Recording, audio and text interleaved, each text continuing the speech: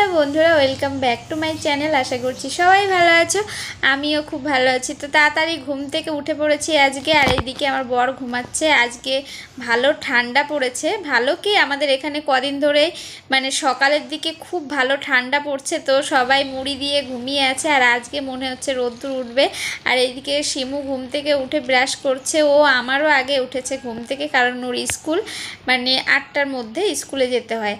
তো এই তো মনে হলো আজকে রোদ্দুর উঠবে, তো সব জামা প্যান্ট যা যা আগে ছিল ঘরে, তো সেইগুলো নিয়েই দৌড়াচ্ছি যে যত তাড়াতাড়ি ধুয়ে দিয়ে ঘরে নিয়ে আসা যায়। মানে কখন যে আবার বৃষ্টি চলে আসবে ঠিক নেই, কারণ এই কয়দিন সমানে এত বৃষ্টি হয়েছে যে স্নান করার পরে যে জামা প্যান্টগুলো ধুয়ে নাড়তে হয়, মানে গায়ের জামা প্যান্ট, সেগুলোও ধুয়ে নাড়তে পারিনি, কারণ আমাদের ঘরের সামনে কোনো জায়গা নেই যেখানে জামা প্যান্ট নাড়বো। তো সেইগুলোও ঘরে ছিল, ধোয়া হয়নি, তো তাই আজকে সব ধুয়ে দিয়ে আসলাম। বিছনার চাদর মাদর যা ছিল মোটামুটি সব কিছু ধুয়ে দিয়ে আসলাম, ধুয়ে না সরি ভিজিয়ে রেখে এসেছি।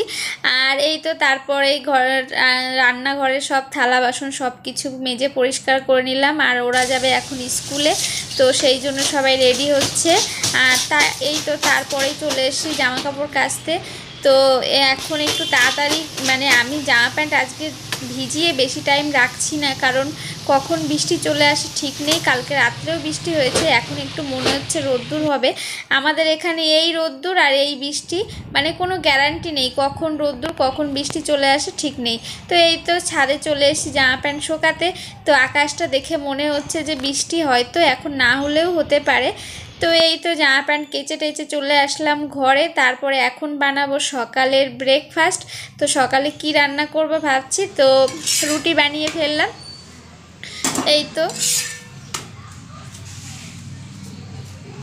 রুটি আমি বরাবরই ভালো বানাতে পারি না, কোনো দিন ফোলে তো কোনো দিন ফোলে না। আগে তো গোলও হতো না, এখন একটু হয়, মানে এখন রুটি বানাতে বানাতে এখন একটু হয়, কিন্তু আগে একদম টেরা বেঁকা, মানে কোন দেশের মানচিত্র হতো নিজেও বুঝতে পারতাম না। আর সবাই বলতো ওই কোন ধরনের রুটি, আর আমি বলতাম কি যে রুটি তো পেটে সেই ছিঁড়েই খেতে হবে, তো এত গোল করার কি দরকার। তো যাই হোক, এখন আস্তে আস্তে বেলতে বেলতে মানে গোল হয়।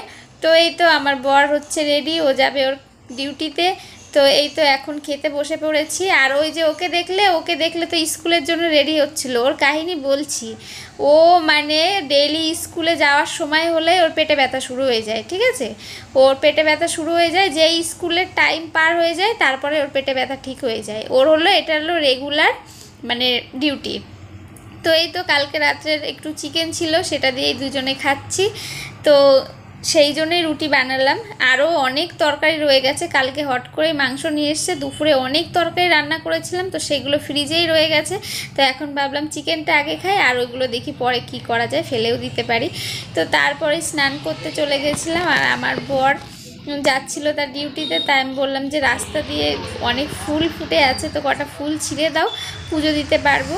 তো আজকে আর নিচে যেতে ভালো লাগছিল না, তাই ওকে দিয়েই ফুলটা তোলালাম। এই তো তারপর ফুল টুল তুলে পুজো দিয়ে নিলাম। আর এই যে ও দেখছো এসে বলছে মামি দাঁড়াও তোমার মাথা আঁচড়ে দিই। আর আমার মাথা চুল জট হয়ে আছে, আর আমার চুল এত পরিমাণে ওঠে যে আমি কাউকে আমার চুলে হাত দিতে দিই না কম বেশি। তো তারপরে চলে এসেছি রান্না করতে। কালকে রাত্রেবেলা কুমড়ো শাক পাতা সব কিছু বেছে উঠে রেখেছি, যে যাতে দুপুরবেলা রান্না করার সময় বেশি টাইম না লাগে, কারণ এই টাইমে মানে আমার হাতে বেশি টাইম থাকে না, তো তাড়াতাড়ি করে ঝটপট করে রান্না করতে হয়। সেই জন্য আগের দিন রাত্রেই সব বেছে কুটে রেখেছি। আর এই কুমড়ো শাক আমাদের এখানে সচরাচর পাওয়া যায় না, আমার বর বাজারের ওখানে একটা গাছ হয়েছিল, সেই গাছটাই তুলে নিয়ে এসছে। তো আমি দুপুরবেলা যা যা রান্না করব সব কিছু মানে কুটে বেছে রেখেছি। আর এদিকে একটু ডাল ভাজি করছিলাম। তো আজকে ভেবেছি কুমড়ো শাক দিয়ে 3-4 রকমের রান্না করব, ঠিক আছে, যা যা লাগে কুমড়ো দিয়ে কুমড়োর সব কিছুই রান্না করব আজকে।